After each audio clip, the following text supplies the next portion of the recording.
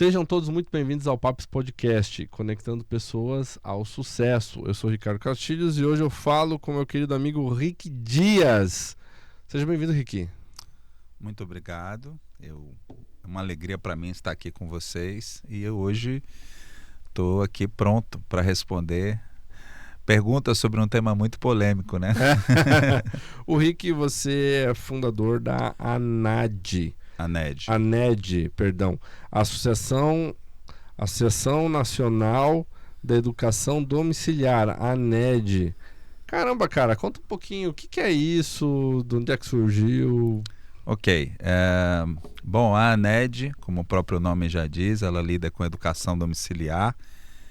Talvez o termo mais conhecido no mundo é o homeschooling, e é uma associação que foi fundada em 2010 em Belo Horizonte, e eu fazia parte na época de um grupo de pais que estava insatisfeito, pais que estavam insatisfeitos com a relação dos seus filhos com a escola, com a própria escola, com aquele ensino massificado, e eu como pai eu ficava pensando, bom, não tem nada melhor que isso, até que a gente descobriu o homeschooling, descobriu que haviam pessoas que ensinavam os filhos em casa. E aquilo me despertou de uma forma. Foi aí que, resumindo a história, eu fui um desses pais que tomei coragem, tirei meus filhos da escola para educá-los em casa. Eu só não sabia que eu ia fundar uma associação e que íamos lutar pela legalidade, pela regulamentação da educação domiciliar no Brasil, porque no Brasil, educar os filhos em casa para o Estado é crime. Lamentavelmente. Que coisa, hein? Tá, então assim, ó, já vamos começar então, já que o podcast aqui é sobre educação, nós vamos falar sobre um ponto bem sensível. Eu acredito que nós ainda estamos cobertos pela liberdade de expressão, né? Constitucionalmente. Pelo menos em tese. Então são somente ideias, né? O Luiz Felipe Pondé, o filósofo brasileiro, ele teve um livro que eu li dele uma vez, e ele fala que as escolas, hoje, as escolas tradicionais, são depósitos de crianças. Ou seja, os pais precisam se livrar das crianças, porque precisam trabalhar, fazer suas coisas e correr atrás de dinheiro e arrumar suas coisas, enfim. E aí precisam colocar essas crianças em algum lugar. E as escolas, que era inicialmente um local para desenvolvimento social dessas crianças e intelectual, hoje o Pondé enxerga a escola como um depósito de crianças. Qual que é a sua percepção sobre isso? Bom, eu já tive um debate com o Pondé, se não me engano, na TV Bandeirantes. Ele até se mostrou simpático à causa, mas ainda é a favor da escola. Ele acredita numa mudança dos parâmetros que hoje governam a escola. A escola hoje é governada sob parâmetros que o governo instituiu, e de fato hoje a escola é uma grande babá, como se diz aqui no Paraná, vocês chamam de tata. Ela acaba sendo um depósito mesmo, onde as crianças ficam lá. E aí a gente pode inclusive juntar uma fala do Paulo Freire, porque ele diz que a escola de hoje ela é uma escola, aliás, a educação é a educação bancária, onde o professor vem e deposita conhecimento no aluno. O problema é o tipo de conhecimento que hoje é depositado no aluno, mas sem dúvida nenhuma a escola ela é tudo isso por conta dela não ter evoluído junto com a sociedade. Então, veja bem, eu vou dar um exemplo simples a você. Se você pudesse voltar no tempo e trazer lá do século XVIII um engenheiro, um arquiteto, e colocasse ele de frente com computadores, com sistemas como o AutoCAD para ele projetar um edifício, ele não saberia o que fazer. Se você trouxesse um piloto experiente lá da Primeira Guerra Mundial e colocasse ele hoje dentro de um cockpit de um 747, ele também não saberia o que fazer. Se você trouxesse um cirurgião do século XVIII, colocasse ele hoje dentro de um moderno centro cirúrgico, ele não saberia o que fazer. Mas se você pegar um professor do século XVIII ou XVII e trouxer ele para uma sala de aula, talvez ele estranhe um pouco o design dos móveis, mas ele vai saber exatamente o que fazer, ele vai se sentir em casa, porque a sala de aula é a mesma, com carteiras enfileiradas, um olhando para a nuca do outro, a lousa lá, o giz ou o marcador, seja lá o que for. Uhum. Então, a escola ela nem evoluiu nesse ponto, nem fisicamente, nem operacionalmente. A escola é um depósito de crianças, sim, porque a escola ela é cartesiana, ela não enxerga o todo. Rick, por que você enxerga dessa forma a escola? Por que, na sua opinião, você entende que a escola não evoluiu? Existe um interesse para não evoluir? Eu acredito que sim. Por exemplo, existem vários países na Europa que permitem ou regulamentam ou reconhecem o homeschooling. Existem poucos países que não reconhecem, um deles é a Alemanha. E isso vem de 1938, né? Vocês sabem de quem vem, Adolf Hitler, e ele dizia, me dê as crianças e eu vou governar o mundo. Houve um momento, porque a gente precisa entender que antes da educação ser obrigatória, a educação escolar, como vamos chamar assim, os pais educavam os filhos em casa. Claro que ela ficava um pouco mais elitizada, a gente sabe, a maioria dos pais não tinha como fazer isso, mas aí, com a Revolução Francesa, as ideias do iluminismo e depois a chancela da Revolução Industrial, veio a educação escolar obrigatória.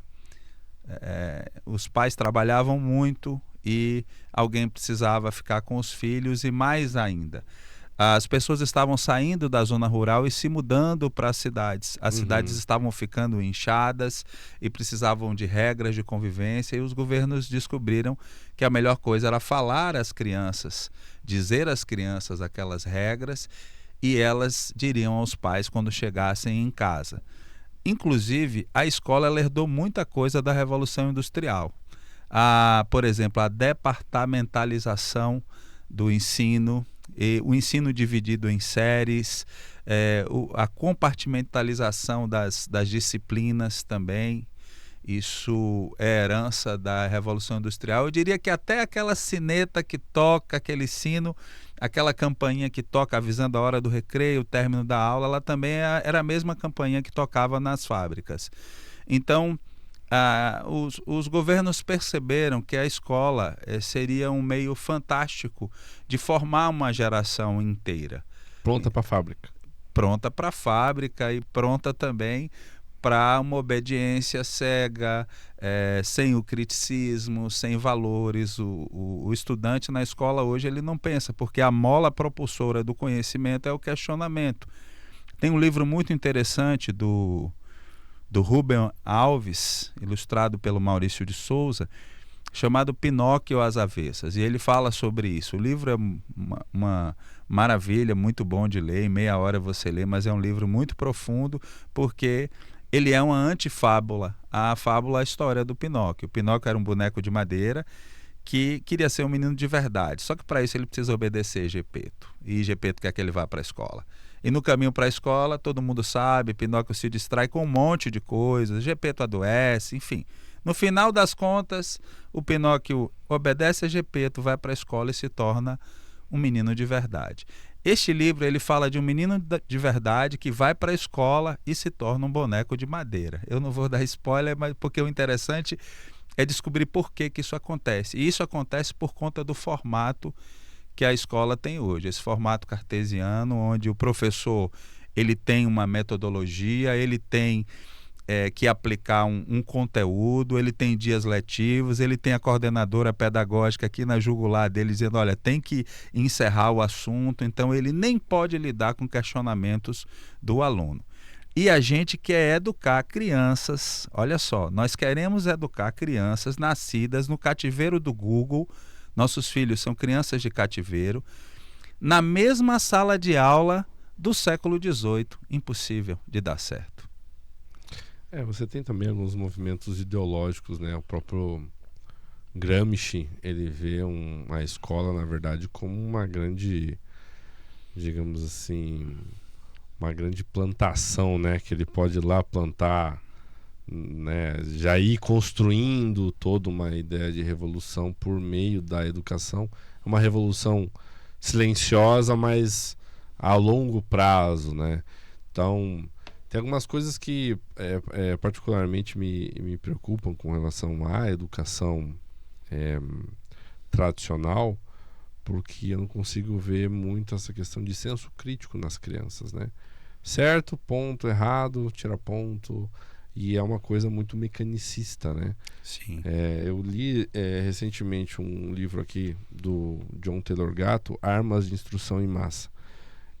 O John Taylor Gatto foi um professor de Nova York, recebeu muitos prêmios como melhor professor, enfim, e faz algumas reflexões a respeito da educação atual a nível mundial, tá? Falando aqui não Brasil especificamente, mas ele fala a nível mundial. E fala que existe uma busca incessante por eficiência na educação, que eu acho que entra nessa questão da departamentalização. E ele fala uma coisa muito interessante sobre o afastamento das crianças com relação aos pais. Antigamente, o trabalho era ensinado como um ofício de pai para filho. Então, por exemplo, tenho meu filho e eu faço meu ofício, então eu vou ensinar o meu filho. E essa educação era uma educação homeschooling, né, para se dizer. E ele até comenta alguns casos de que as próprias comunidades, né, nos Estados Unidos, por exemplo, se uniam para construir as cidades, para construir aquelas estruturas de madeira. Então era toda a comunidade. E nesse processo de criação é que se ensinava os ofícios, né, de carpintaria, de como é que faz as coisas. E chegou um momento que o Estado falou assim, não, vamos separar, né? Então agora o pai vai trabalhar lá para fazer a renda, enfim, e a criança vai ficar aqui sobre os cuidados do Estado, e que nós vamos ensinar então a criança o que ela, como é que é viver em sociedade, o que é importante, tá. E então você terceiriza a educação para uma entidade abstrata, que é o Estado, que determina professores que você não conhece, né? O que você não tem um controle sobre quem é o professor que vai ser professor do seu filho, né? Você não tem esse poder de, não, quero que seja esse professor, eu quero que seja aquele professor. Você perde esse controle dessa parte educacional, né? E aí entra uma grande crítica, né? A quem serve esse afastamento da família, das crianças? Essa questão colocada por você é uma questão muito importante, muito pertinente, que se a gente entende ela, a gente entende por que temos movimentos como o homeschooling hoje. Porque, de fato, quando começou a acontecer essa mudança, a nossa sociedade ela fez uma espécie de divisão de papéis. Então, antigamente, se o pai era barbeiro, o filho ia ser barbeiro, o neto também, se ele era carpinteiro, idem, se ele era boticário, idem, se ele era agricultor, idem.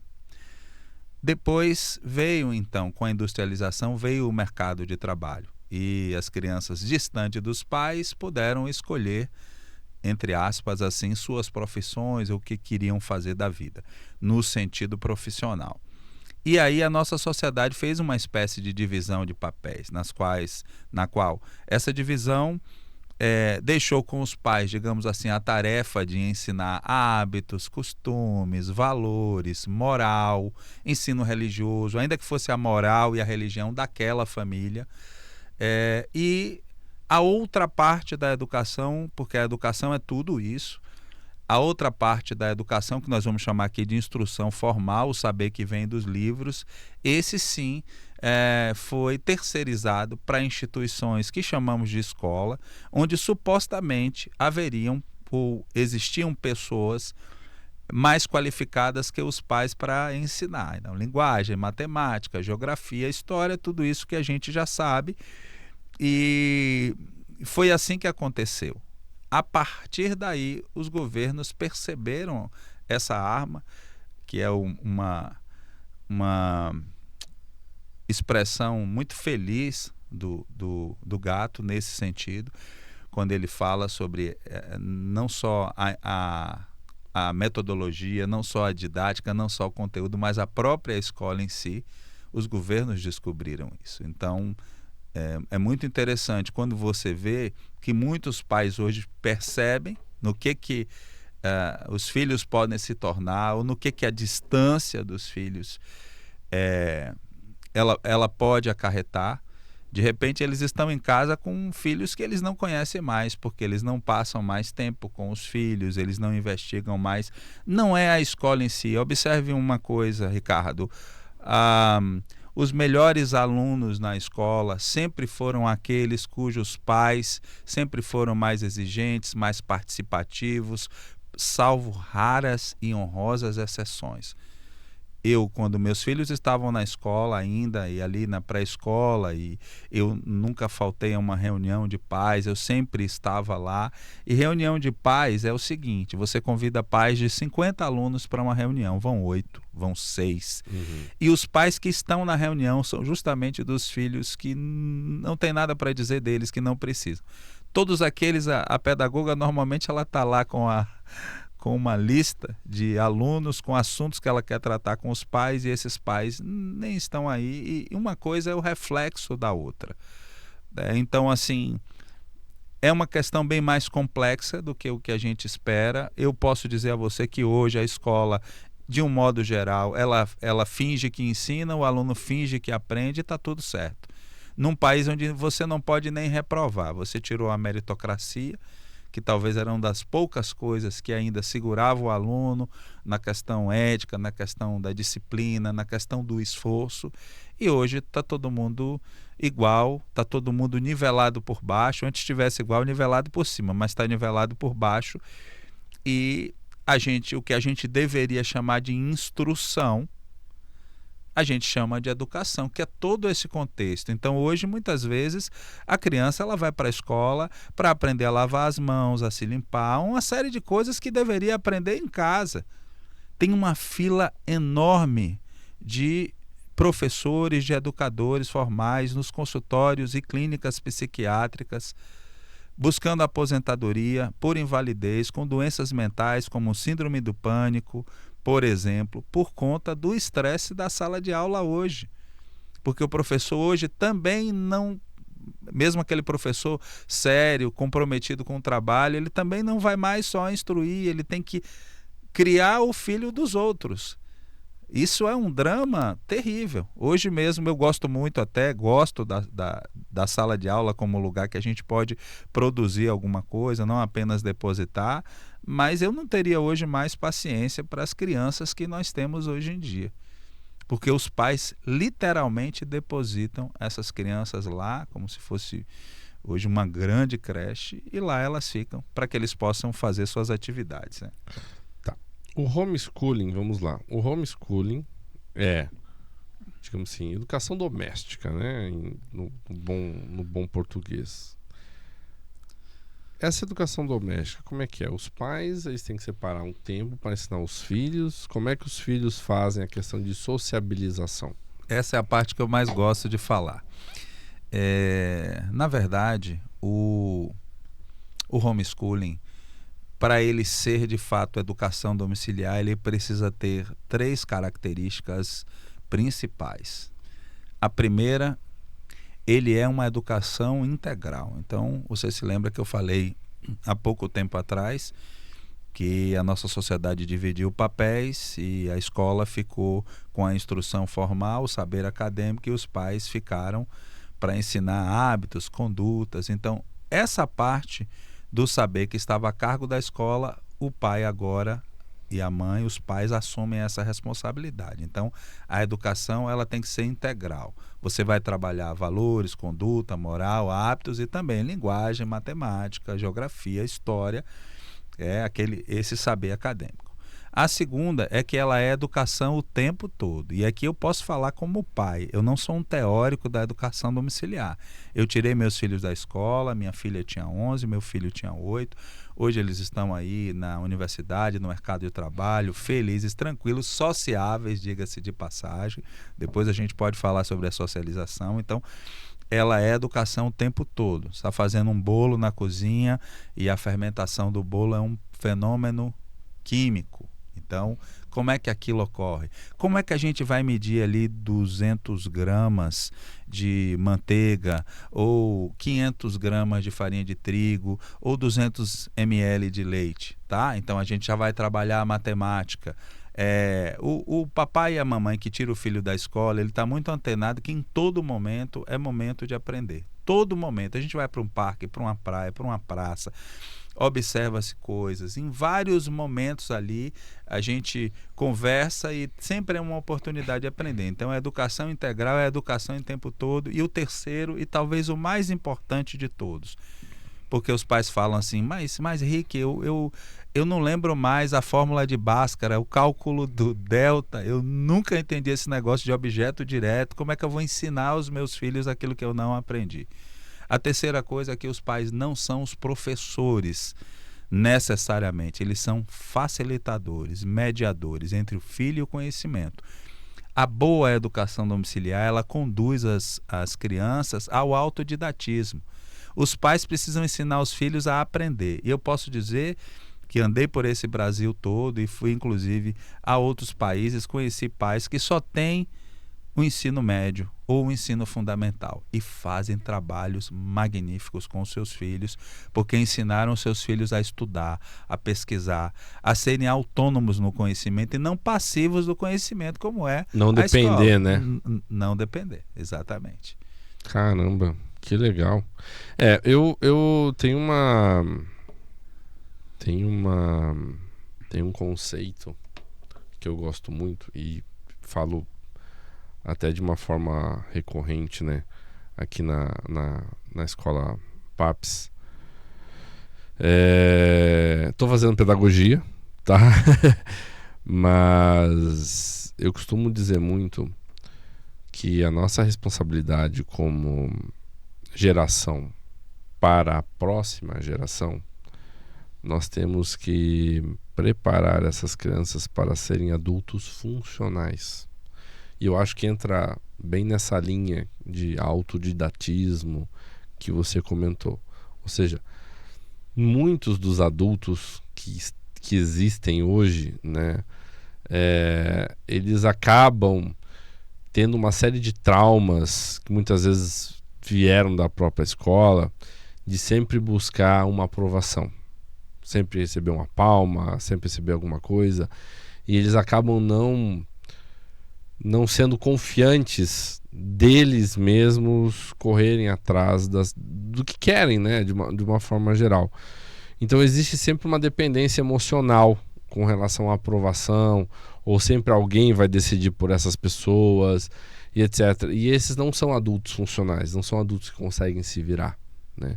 Então acredito que enquanto escola, nós temos sempre que colocar essas crianças a desafios que elas vão enfrentar na vida adulta e já preparar a mentalidade delas desde pequena para confiar em si mesmos, para terem essa coragem, ter esse desejo de vencer desafios e saber onde buscar, né, o que precisa ser feito para se munirem de ferramentas para conseguir vencer esses desafios, né?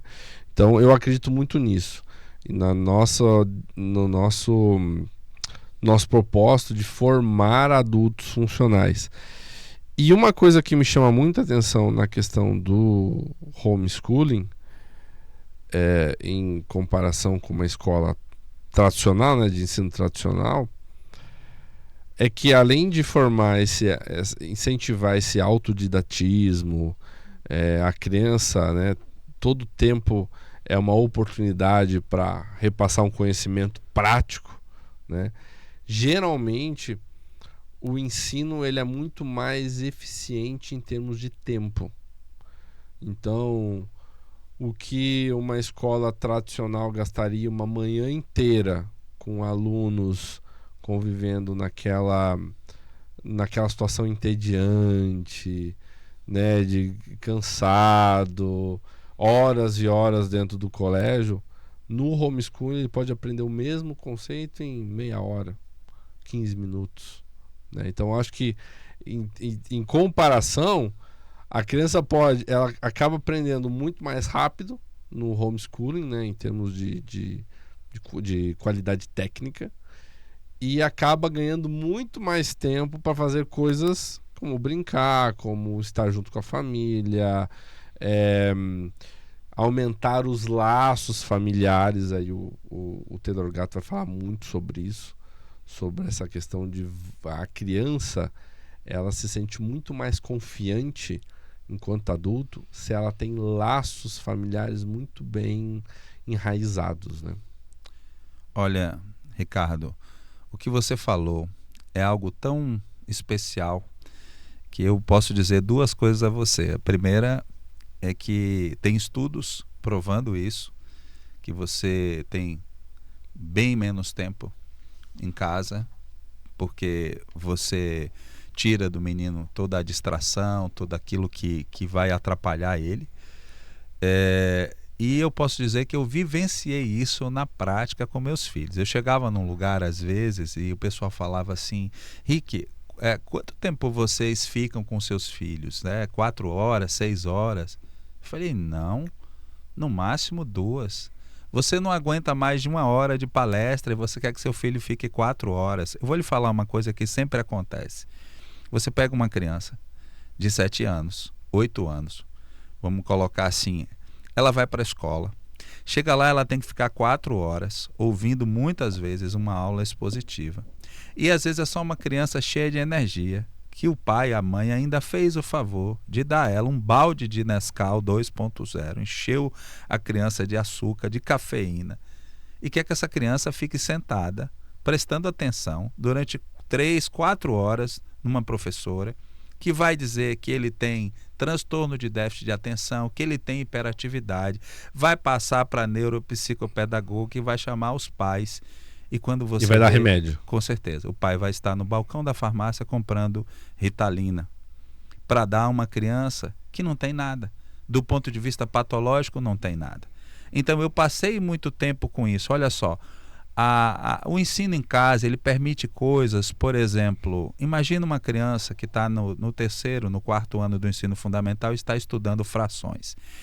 E ela começa a beber daquele conhecimento e ela começa a entender e o professor está explicando. De repente, a maldita da campainha toca e o professor fala: pessoal, a gente continua amanhã. Aquilo é um corte, é um assassinato, é um corte assim a facão, a machado no raciocínio de uma criança. Em casa eu não preciso. Em casa eu posso programar, olha, das 9 às 10 a gente vai estudar matemática, das 10 às 11 vamos estudar língua portuguesa, ok. E aí eu começo e eu estou vendo que o meu filho ele está aprendendo. Deu 10 horas, na minha casa não tem essa campainha. Eu continuo com ele porque a escola, ela tirou 2 coisas da criança. A escola que a gente conhece hoje, ela tirou o prazer de aprender e ela tirou o gosto pelos estudos. Estudar é chato. Os meninos vão para a aula porque a galera está lá muitas vezes. Mas em sua maioria estudar é chato, as aulas são maçantes, o professor não sabe o que fazer. Em casa muitas vezes eles acabaram a atividade com 40, 50 minutos. E uma vez uma pessoa me falou, antes de eu fazer homeschooling: você vai ver que seus filhos vão pedir para ficar. Eu falei: isso aí é utopia, tá? Eu já estou feliz aqui, mas ele estava certo, porque teve dias que com 40, 50 minutos, tudo que a gente tinha para fazer naquele dia já fizemos e eles foram brincar. E meu filho falou assim: posso ficar mais um pouco aqui com o livro? Eu nunca acreditei que isso fosse acontecer, principalmente com meu filho. A minha filha mais velha gostava de ler, era uma devoradora de livros, mas meu filho passou a gostar de ler e que depois do homeschooling, no primeiro aniversário dele, ele pediu livros de presente. Eu nunca imaginei que isso iria acontecer. Então, esse prazer, ele está ali. Eu fui numa cidade uma vez, em Minas Gerais, que a mãe falou assim: Rick, o que eu faço com a minha filha? Uma menina de 15 anos. Falei: o que tem? Ela falou assim: ela está há mais de um mês com o livro de química na mão, não quer soltar, não quer estudar as outras disciplinas, está apaixonada por química. Eu faço o quê? Eu falei, nada. Deixa ela está descobrindo o prazer de aprender. Quem sabe ela vai ser uma grande engenheira química, né? Não sei o que vai acontecer. Ela falou, e as outras disciplinas? Eu falei, não se preocupe, ela vai aprender.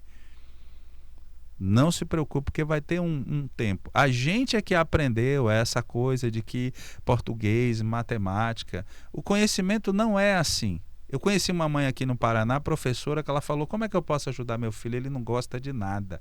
Eu falei, é impossível. Impossível. Ele tem que gostar de alguma coisa. Ela falou, Rick, já falei para você. Ele não gosta de nada, só gosta de carros e armas. Eu falei, nossa, mas são dois mundos maravilhosos. Carro é história, carro é geografia, carro é matemática, carro é linguagem. Armas também, compre livros sobre armas, compre livros sobre carros. Ela falou, mas se eu comprar livros sobre armas, será que ele não vai ficar violento? Eu falei assim, vai ali na PIC, na penitenciária. Eu tenho certeza que você pode perguntar qualquer um daqueles homens que estão lá presos, se algum deles já leu um livro sobre armas alguma vez. Dou essa cara para você bater se alguém lhe disser que leu e estudou sobre armas. Estudar sobre armas não vai fazer ele violento, muito pelo contrário. Muito pelo contrário. A gente acha que se você não quer estudar português ou matemática, não quer começar por aí, então você não gosta de estudar. E vou dizer uma coisa a você que talvez alguém se choque, as pessoas têm o direito de não gostar de estudar, assim como um monte de gente gosta de chocolate, e tem gente que não gosta de chocolate, ok, não tem problema não gostar de estudar. Só que a gente criou isso na nossa mente, de que o conhecimento ele tem que começar por aí. Eu gostava muito de desenhar, muito. Eu parei de desenhar porque eu não era muito bom em matemática, e um dia eu fiz um desenho. Cada época da minha vida eu desenhava umas coisas. Tinha uma época que eu era criança, eu era fissurado por ônibus, não sei porquê. Ficava desenhando ônibus de frente e de lado. Outra época eu comecei a desenhar lances de futebol. Né? O jogador dando uma bicicleta, o goleiro voando para pegar a bola. Um dia eu peguei um desenho desse e mostrei ao meu pai. Ele falou assim, pois é, gostaria que você fosse bom assim em matemática. Não, aquilo me matou.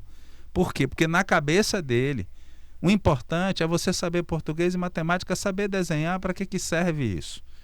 Então isso está no inconsciente coletivo. A mãe falava, meu filho não gosta de nada. Para mim o conhecimento é uma grande de uma casa com muitas portas e você pode entrar por qualquer uma delas. Não necessariamente você tem que entrar pela porta do português e da matemática, você pode entrar nessa casa pela porta das armas, pela porta dos carros. Lá dentro tem outras portas onde vai se abrir. Aqui em Curitiba tem um garoto, na verdade ele já é um homem, mas quando eu fui lá na casa dele, tinha uns aviões assim de miniatura em metal, um menino de 6 anos. E aí eu peguei aqueles aviãozinhos, quando eu era guri eu queria ser piloto de avião, mas a miopia e a bronquite não me deixaram nem ir para a aeronáutica. E aí eu olhei aquele avião, falei assim, é seu? Ele falou, é tio, esse daí é um MiG-29 de fabricação russa, e ele tem um empuxo de tanto, e a velocidade é tanto, e ele pode carregar tantas armas, e ele rompe a barreira do som a tantos quilômetros por hora. Fiquei impressionado, coloquei lá, peguei outro, ele falou, esse aí é um Mirage de fabricação francesa, é um caça assim, assim, assim, começou a me dar as características, botei lá, peguei outro avião, ele falou, esse é um F-16 de fabricação americana, e eu fiquei encantado. Por que não? Não sei, esse garoto pode ser um piloto, um engenheiro de aviação, ou talvez até não, mas olha que legal. Ele estava encantado com aquilo. O conhecimento tem que ser assim, tem que ser algo prazeroso, porque para você aprender alguma coisa com alguém, aqui eu vou tomar emprestado uma fala da pedagogia, você precisa ter uma liberação afetiva com essa pessoa. É muito simples o que eu vou falar aqui, você e as pessoas que estão nos assistindo vão se reconhecer. Quem nunca detestou uma matéria na escola porque não gostava do professor? Quem nunca se apaixonou por uma matéria na escola porque gostava do professor? O professor, ele tem que conquistar a turma, ele tem que ter didática, ele tem que ter carisma. O pai e a mãe, em tese, ele já tem isso. O que meu pai falava para mim era importante, o que minha mãe falava para mim era importante, porque eu sabia, né, que eles não iam mentir para mim, me permita o termo, que eles não iam me sacanear. Então, se minha mãe dizia uma coisa, era porque era verdade. Entendem? Então, esses papéis estão todos invertidos hoje. Rick, e como é que funciona no homeschooling a questão da sociabilização? Opa, achei que você não ia me perguntar sobre isso.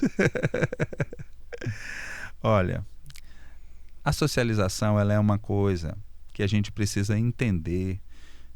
Primeiro, o que é socializar? Socializar é relacionar.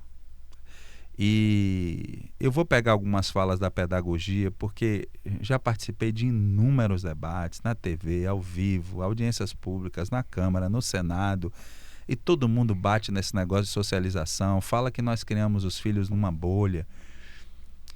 E primeira coisa, a gente precisa entender o que é a socialização. A pedagogia ela diz o seguinte, que a socialização escolar ela é pobre. Por que ela é pobre? Porque você pega uma criança de 7 anos e coloca ela junto com outras 30 crianças também de 7 anos, da mesma classe social, cultural e econômica. Ok? Então, por exemplo, vamos imaginar, se você coloca o filho de 7 anos numa escola aqui como marista, ele vai para uma classe de outros 30 garotos também de 7 anos, da mesma classe social, cultural, econômica, os pais ali. Se ele vai numa escola pública da periferia, é a mesma coisa. Segundo a pedagogia, essa socialização é pobre. Qual é a socialização que é rica? Socialização rica é aquela na qual a criança se relaciona com pessoas de várias idades. Crianças mais novas que ela, crianças da idade dela, crianças mais velhas, adolescentes, jovens, adultos e idosos. Então, o que acontece com a criança em casa? Ela vai ao supermercado, ela atende o entregador na porta, ela participa de várias atividades que ela não participava antes, porque os pais precisam levá-la muitas vezes, estar com elas. Então, ele se socializa com parentes. O homeschooler, o aluno de homeschooling, ele faz artes marciais, a depender da condição econômica do pai, ele faz kumon, ele faz natação, ele faz balé. E vou lhe falar, não é fácil a vida de um homeschooling. Você vai matricular o seu filho numa escolinha de futebol, e o professor quer o boletim escolar. E quando você fala que ele é homeschooling, eles nem sabem o que é isso, e é uma confusão muitas vezes, sabe? Para o menino fazer uma aula de judô, o sensei vem lá e fala, tá, mas ele está estudando em que escola? Vai falar você que você estuda em casa. Às vezes até eles querem recusar, porque eles querem uma comprovação que a criança está na escola. Então, ele se socializa, ok? Existem estudos na Europa, nos Estados Unidos, estudos muito bem feitos que mostram que os alunos educados em casa eles são mais sociáveis do que os da escola. Eles apresentam menos propensão a drogas, a uso de álcool, menos problemas comportamentais, menos doenças psicossomáticas, mais engajamento com a comunidade, mais envolvimento em atividades cívicas e respeito pelos valores e pelas instituições. E outra coisa, eles apresentam, por exemplo, nos Estados Unidos, os homeschoolers, eles apresentam taxas e notas nas universidades mais altas do que os alunos de escola. Isso tem tudo documentado, tem institutos que fazem pesquisa sobre isso. A minha filha entrou na universidade aos 16 anos, contra a minha vontade, assim, porque eu acho que ela está muito nova, e eu diria aos pais assim, pode retardar a entrada dos seus filhos na universidade. Ele não precisa ir para lá muito cedo. A universidade hoje está quase tão ruim quanto a escola. E ela entrou e foi interessante porque para eles era um fenômeno. Uma menina de 16 anos que estudou em casa, entrou na universidade. Eu me lembro, eu morava em Brasília e estavam lá as TVs. A Globo foi fazer uma matéria lá em casa, a Record estava do lado de fora esperando a Globo sair para poder entrar, a Band também, porque eles achavam que isso era um fenômeno. E aí, com 15 dias de aula, a minha filha foi eleita pelos colegas a líder da turma. Ela era mais jovem, provavelmente a única menor de idade, e foi eleita a líder da turma. Olha só. Os professores, estou falando isso não mexe assim com a minha vaidade de pai. Mas isso é um tapa na cara de muitos os que falam que a educação domiciliar não socializa. E para ela foi uma decepção gigantesca, e eu achei muito bom isso, que ela tivesse decepcionado, porque eu tinha avisado ela, falar, a faculdade não é o que você pensa, mas se você quer entrar lá, vamos lá. E ela falou, pai, ela começou a fazer comunicação social. Ela falou, como pode? Eles não leem, meus colegas não leem um livro. O professor passou uma tarefa aqui, como eu sou monitora da turma, eu repliquei a tarefa para eles, lê aqui o enunciado. Eu li o enunciado da tarefa, ela falou, entendeu, pai? Eu falei, entendi. Ela falou, pai, metade da sala fez outro trabalho. Eles não sabem nem interpretar. Eu falei, mas eu disse a você, você achou que você ia entrar na faculdade e encontrar pessoas com um nível diferente. Eu tive até assim que cuidar para ela não se sentir, né, a pessoa. Você falou sobre empreendedorismo. A minha filha, ela aprendeu inglês estudando, assistindo série, filme do Netflix, tirava a legenda. Então a gente não sabe quais são os dons e os talentos. Hoje ela tem uma escola de inglês online. Ela empreendeu. Meu filho foi para o mercado de trabalho com 16 anos. 16 anos eu vim aqui perto, tirei a carteira de trabalho dele e ele foi para o mercado de trabalho com 1 mês. O chefe dele me ligou e falou, Rick, você pode emancipar seu filho? Eu falei, por quê? Ele falou, eu preciso dele aqui 8 horas. Meus filhos não são superdotados. Eu não sou da área de educação especificamente, sou formado em comunicação social. E são jovens normais, mas o homeschooling ele tem esses efeitos. E como é que faz para um pai que trabalha o dia inteiro nessa correria maluca conseguir implantar o homeschooling na própria casa? Essa também é uma boa pergunta.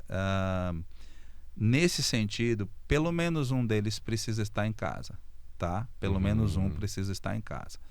Uma repórter me perguntou, olha, eu trabalho 12 horas por dia, meu marido 14. Quando desligou as câmeras e o microfone, ela me perguntou, achei muito interessante isso, hein? Como é que eu faço? Eu falei, olha, se você conseguir, ficando tanto tempo fora de casa, você conseguir fazer homeschooling, você me fala como é para eu poder ensinar outras pessoas. Mas não tem como, tá? É um abrir mão de... Qual é o perfil dos pais que ensinam em casa? São pais que estão dispostos a abrir mão, às vezes, de um padrão de vida melhor, de morar num lugar melhor, de comer melhor, em detrimento da formação dos seus filhos. Porque quando você está trabalhando os seus filhos em casa e tem um assunto ali no livro, invariavelmente você vai tratar o caráter dele. Você vai colocar nele seus filtros daquilo que é correto, daquilo que é errado. São os pais que ensinam, que podem ensinar a diversidade, a respeitar a diferença do outro, respeitar o que o outro pensa. O Estado diz que é a escola, porque o Estado colocou na nossa cabeça que lugar de criança é na escola. Essa frase, ela ecoa, ela está no imaginário coletivo de qualquer pessoa que você... A gente sair aqui na rua e perguntar, eles vão dizer que lugar de criança é na escola. Mas será que é mesmo? Quem disse isso? E a parte legal? Posso fazer homeschooling em casa? Sim, não? E como é que eu faço para dar certo essa química toda aí? Bom, pelo Estado, não. O que eu diria? Nós temos hoje um projeto de lei que foi aprovado em 2019, ele foi aprovado na Câmara dos Deputados e está no Senado. Esse governo que está aí é contra o homeschooling. Então, ele está quieto lá no Senado, essa é a verdade, e eles estão esperando o melhor momento para colocar em pauta novamente para poder votar, ok? Então, hoje o governo brasileiro considera o homeschooling ilegal, mas eu posso dizer, sem medo de estar sendo leviano, que homeschooling não é ilegal. Primeiro, um dos pilares da Constituição brasileira, se não me engano, no artigo 5º, ele diz que ninguém será forçado a fazer ou deixar de fazer qualquer coisa, senão em virtude da lei. Então, se não tem lei, você não é forçado nem a fazer, nem a deixar de fazer. Não existe lei que proíba o homeschooling. E nem existe lei que permita expressamente o homeschooling. Então, você pode fazer. Ok? Então, a primeira premissa é essa. A segunda pergunta que a gente tem que fazer, de quem é o dever de educar? É do Estado ou da família? A Constituição brasileira diz que a educação é um direito de todos, um dever do Estado e da família, dos dois. A LDB, a Lei de Diretrizes e Bases da Educação, de 94, ela diz que a educação é um direito de todos, um dever da família e do Estado, dos dois. Então, essa pergunta está respondida. Tá? É um dever de ambos. Só que o Estado entra quando a família se omite. A família não quer educar, abandonou intelectualmente, o Estado ele entra. Mas não é o caso aqui, ok? Aí a segunda pergunta é, se o dever é dos dois, quem tem a primazia de escolher a modalidade de educação? Porque, gente, olha só, a educação domiciliar, o homeschooling, ele é uma modalidade de educação, assim como a educação à distância, assim como a educação escolar. Nós não somos contra a escola, nós somos a favor da escolha. Se eu não posso escolher que modalidade de educação meu filho pode ter, então eu vivo uma ditadura educacional. Essa responsabilidade da escolha, entendo que cabe à família decidir, né? Então, aí a gente... É claro que, ao meu ver, você tem... A criança também, ela tem que cumprir, ela tem que se comprovar que adquiriu determinado conhecimento, né? Sim. Mas a escolha de como ela vai alcançar esse conhecimento, eu acho que cabe à família, sim. Não tenho nenhum problema que o Estado fiscalize.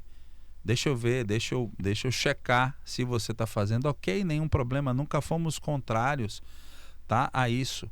Mas essa fala sua, ela está amparada por dois documentos importantes. Primeiro, o Código Civil Brasileiro, no artigo 1634, ele diz que, quanto à pessoa dos filhos menores, aos pais compete dirigir-lhes a criação e a educação. Está lá, só. Código Civil Brasileiro. E a Declaração Universal de Direitos Humanos, o artigo 26, eles não são tão amantes da Declaração Universal de Direitos Humanos, ela diz o seguinte, que os pais, tem o artigo 26, os pais têm prioridade no direito de escolha do gênero de instrução a ser ministrado aos seus filhos. Está lá. O Pacto de São José da Costa Rica, que o Brasil é signatário, também diz que os pais têm direito, inclusive, de ensinar suas crenças aos seus filhos. O Brasil é que não está cumprindo isso. Aí o pessoal fala, tá, e a LDB e o ECA? A LDB e o ECA, eles são leis para justamente evitar que ocorra o abandono intelectual. Tá? Nós não somos a favor que o pai tire o filho da escola para não fazer nada, deixar a criança lá. Porque tem gente com essas ideias na cabeça.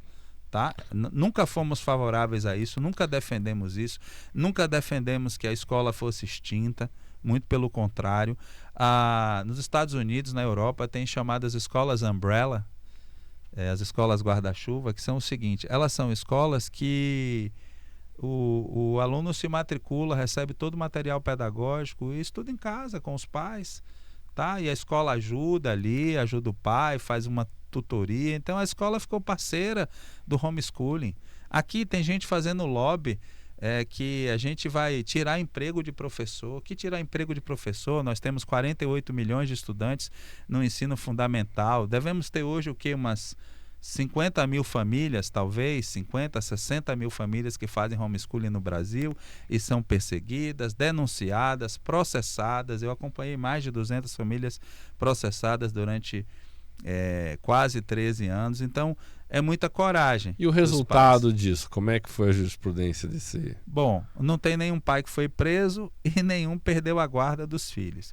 O que acontece de pior? Tem um vídeo meu no YouTube chamado Condenados à Escola, em que eu leio uma sentença, e na sentença a juíza fala que as crianças estavam bem, que o homeschooling atendeu às expectativas dela, mas ela iria condenar os pais a matricular os filhos na escola. Eu falei, sem querer, essa juíza acabou de dizer aqui que matricular na escola é uma condenação. Aconteceu isso em Santa Catarina.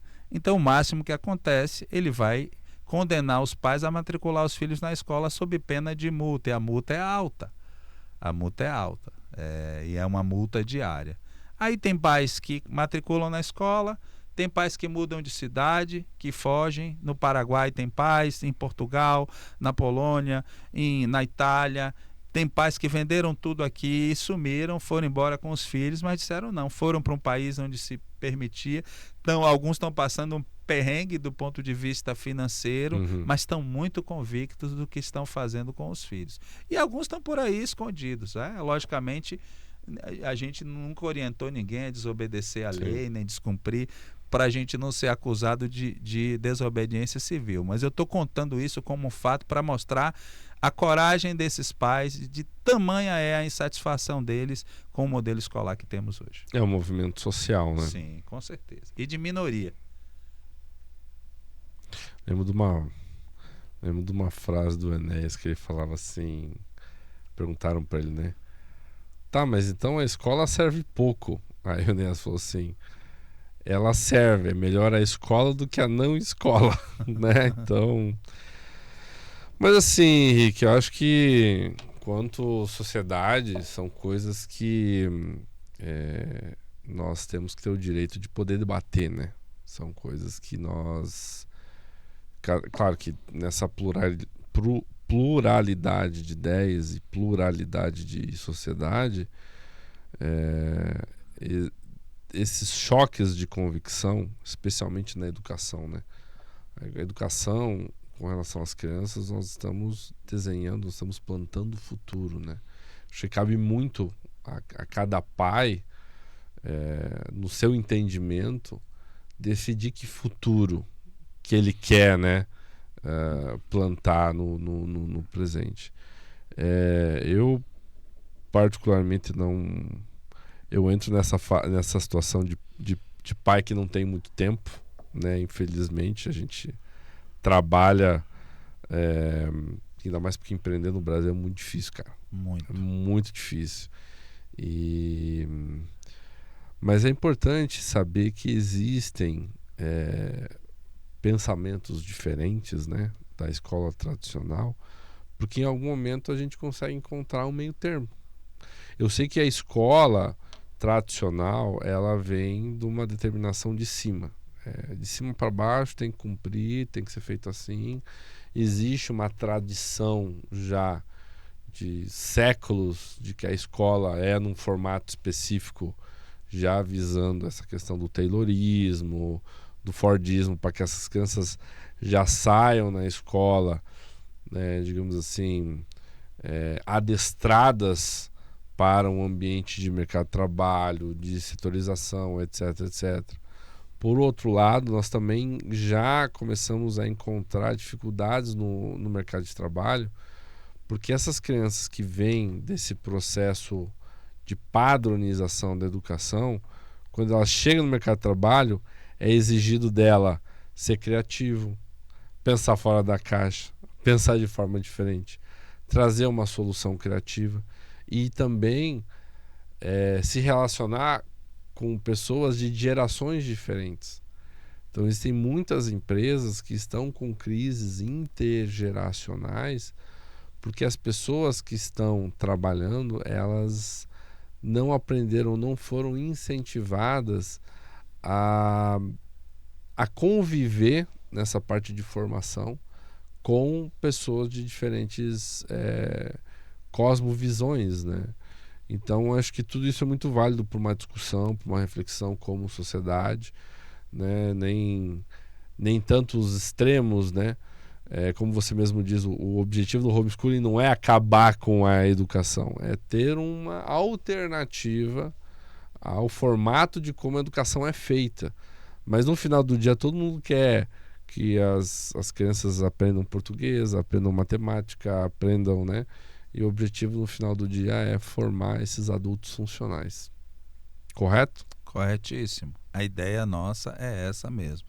Eu costumo dizer que o homeschooling ele é para todos, mas não é para todo mundo. Tem pais que não têm mesmo condição de fazer. Emocionais, né? Quantos pais que ao longo desses anos pelo Brasil me cumprimentaram, falaram, nossa, eu acho seu trabalho maravilhoso. Eu não tenho condição de fazer com meus filhos, mas eu te apoio. Entendeu? Eu penso que a gente deve ter essa possibilidade. Eu não tenho como fazer. Mas eu acho muito importante que se tenha. Sabe por quê? O direito à escolha, né? Sim, o direito à escolha. O pai que leva seu filho à escola, ele não precisa ser obrigado a isso. Tá? Eu coloquei meu filho na escola porque eu quis. Que bom, ótimo. O Brasil, ele estava no último ranking, que é um ranking com acho que 80 países. O Brasil, ranking de liberdade educacional. O Brasil estava em 58º lugar em liberdade educacional. entre o Camboja e o Catar, 2 países espetaculares, né? Para a gente não entrar, não quero entrar nessa questão. O Brasil estava lá, entre os 10 países que são considerados os melhores na educação, dos 10, 9 permitem homeschooling. A Finlândia é o primeiro lugar. A Finlândia permite o homeschooling. Não só isso, há alguns anos a Finlândia acabou com a lição de casa. E eles continuam sendo o primeiro lugar em educação. Ele não tem mais dever de casa. Aqui o pai matricula o menino numa escola particular, principalmente.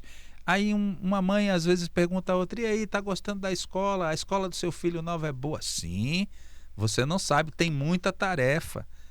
Gente, mas isso é de um contrassenso. Você paga e eles mandam tarefa para casa. Isso, e o menino fica de 1h até 6 da tarde, ele estuda a manhã inteira e depois ele fica de 1 até 6 da tarde fazendo tarefa. Isso eu concordo com você. Eu acho um pecado as escolas mandarem tarefa para casa. Isso eu concordo com você. Eu acho um pecado. Eu acho que no momento que criança tem que ficar em casa, tem que ficar com os pais, fazer uma coisa que ela se divirta, ela tem um tempo para ela, tem um tempo junto com a família, entendeu? Esse negócio de levar a tarefa para casa já passa. É como se você fosse, não, beleza, terminou o teu horário de expediente, beleza, Isso leva mesmo. trabalho para casa então, Isso. amigo, vai lá, leva trabalho para sua casa. E eu tô te pagando e você me Né? dá trabalho para casa. Então eu penso dessa forma. Acho que é um absurdo esse negócio de levar tarefa para casa. Acho que tarefa tem que ser feito, as atividades tem que ser feito dentro da escola. E eu considero isso como bem nessa linha de trabalho. Pô, trabalhou já 8 horas no dia, ainda vai levar trabalho para casa? Não, vai para casa, vai descansar, vai fazer uma atividade física, vai, né, fazer alguma outra. A vida não é só isso, né? A vida não é só isso. Maravilha, muito obrigado, meu amigo Rick. Pessoal, então esse foi o nosso bate-papo com o Rick Dias sobre homeschooling. Se você quiser saber mais sobre o assunto, Rick, dá aí fala pro pessoal ali na câmera. Se o pessoal quiser conhecer mais sobre o teu trabalho, sobre você, sobre o homeschooling, como é que a pessoa consegue ter acesso? Ok, você pode entrar no site, a ANED Digital. A ANED hoje é uma associação que ela está mais profissionalizada. Eu já tenho 2, 3 anos que eu deixei a ANED. Essa causa ainda é uma causa que arde no meu coração, mas hoje eu já sou até avô homeschooling, eu já cumpri minha tarefa como pai, então eu passei essa bola para outros pais. E a luta deles continua. Você acessa aneddigital.com.br, lá tem a história da associação, a história do homeschooling no Brasil, como é que começou, em que pé está e como você que gostaria pode ajudar, ou como você pode, se você quiser fazer homeschooling, entender melhor. E aí eu lhe digo, procure entender, conhecer bastante. A gente paquera muito, namora muito o homeschooling, depois é que a gente casa com ele. Normalmente é assim que funciona. Eu estou à disposição para maiores esclarecimentos ou para mais esclarecimentos sobre isso, porque 1 hora é pouco para a gente falar de um assunto tão De 13 tão anos vasto. de luta, né? De 13 anos de luta, que não foi fácil. Maravilha. Obrigado, Rick. Bom, pessoal, esse foi a Paps Podcast, conectando pessoas ao sucesso. Se você gostou, comenta, compartilha, curta. Nos escreva aqui o que tipo de assunto você gostaria que nós trouxéssemos na área educacional. E é isso. Muito obrigado pela sua audiência e fique atento, acompanhe o nosso canal. Obrigado.